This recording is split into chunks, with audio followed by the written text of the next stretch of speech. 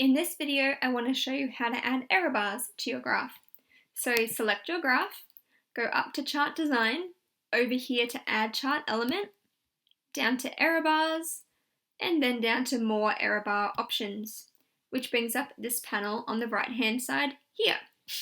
You then want to go to Custom, Specify Value. Now this is particularly useful when each of your measurements has a different uncertainty, remembering that error bars are a way of communicating the absolute uncertainty of your final result. So the range in which the true value lies.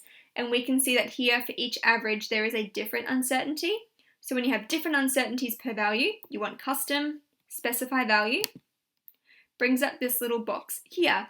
And the positive error value is basically saying what's the range above your data point, negative what's the range below. So in our cases, it's always the same value above and below. So what you do is you press this button here, which brings you back to your page, and then you're able to click and drag the values that match up the values, like the uncertainties that match up the values that you plotted before. So that's why I like to format it like this in Excel. Top tip, don't include your uncertainties with your actual measurements. Always have a completely separate column for your uncertainties so that you can do this. So you can click and drag on specific values. So we want to now press Enter. Now we need to do the same for negative. So again, press that little button, highlight these guys, press Enter, then you press OK. And that inserts the error bars for each of your points. And we can see here that the error bars are different. So that's quite small, that's quite big, that's very small, which reflects our uncertainties up here. Small, big, small.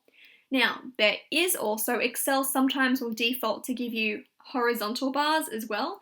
So if you have an uncertainty for your independent variable, then yes, you can/should do the exact same thing. So you could click on the horizontal and then go over to here. This little chart brings up this option back. Then you can again custom specify value, etc. In my case though, I'm counting carbons, so there is no uncertainty. Like ethanol has 2 carbons, 0 uncertainties. I don't need my horizontal bars, so you can simply delete them. Now to delete things, hold down Function, the bottom left key on your keyboard, hold down Function and press Delete. Now it's going to delete your whole graph at first. That's okay, just press Command Z, bring it back, and try again, Function Delete. Don't know why, that's just the process you have to go through, at least on my laptop. So when it deletes your graph, just Control Z that and do it again and it works. So there you go, you have a beautiful graph now with error bars on it. Another quick thing of mentioning, if each of your data points actually has the exact same uncertainty, rather than pressing custom, you can actually just press fixed and say that, every value has an uncertainty of 300, whatever it might be. And it will automatically insert that onto your graph, although I deleted my error bars before, so they have now disappeared. But you get the point. You can just use fixed values as well. Most of the time though, you use custom. Hope that was helpful.